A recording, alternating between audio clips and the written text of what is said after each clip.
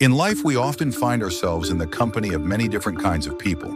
Some gentle, others difficult, some who bring us joy, and some who bring us frustration. How do we respond to the ones who challenge our peace?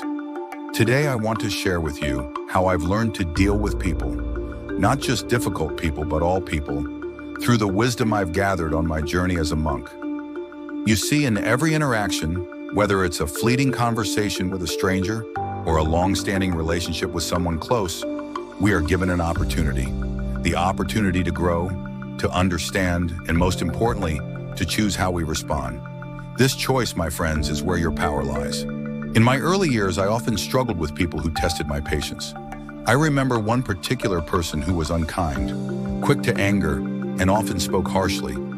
Every time I met them, I could feel the heat rise in me, the urge to push back, to defend myself.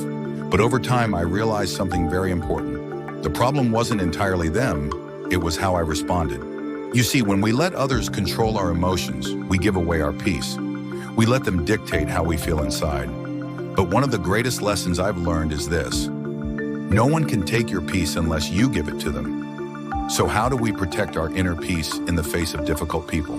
The first step is to cultivate understanding. Often people act out of their own pain, their own fears or insecurities.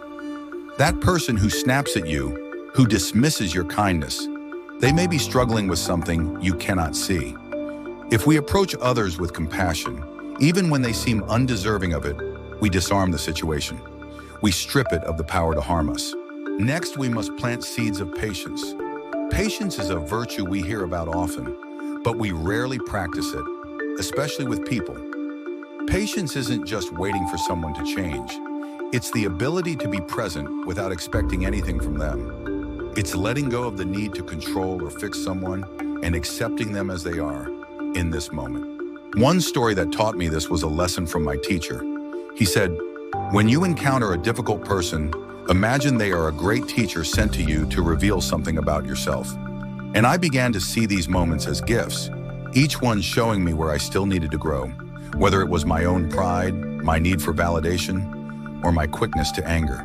These teachers are everywhere, and when we see them as such, we approach them with gratitude instead of frustration. But perhaps the most important lesson of all is this: let go of the need to be right.